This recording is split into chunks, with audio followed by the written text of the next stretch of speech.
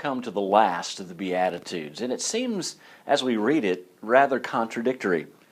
Jesus says this, "Blessed are those who are persecuted for righteousness' sake, for theirs is the kingdom of heaven."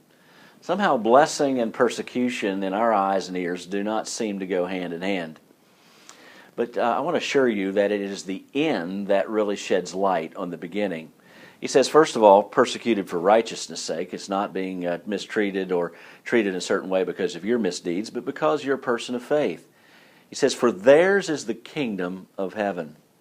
He goes on to explain the next two verses a little bit about what that looks like. Let me read verses 11 and 12 to you. He says, "Blessed are you when they revile you and persecute you, and say all kinds of evil against you falsely for my sake.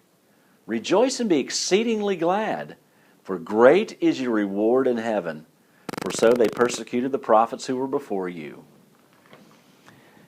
You see, if you're persecuted, if you're mistreated, and you understand that there's different levels of that persecution throughout church history, and even today, there are those who are in prison for their faith and some who have faced the loss of life for their faith.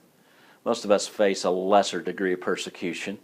Maybe it's to be ridiculed or to be an outcast from a certain circle. Be that as it may, he says this, "Great is your reward in heaven."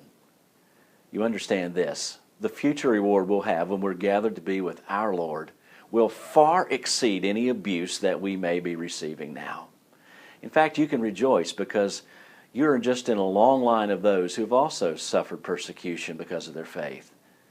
Jesus says, if you do it for my sake, you will be blessed. In fact, in some sense, it is verification that you are a follower of Christ, because he says we will face these sorts of things. The great news is we can be blessed in them. We can rejoice in them because we know a future reward is coming.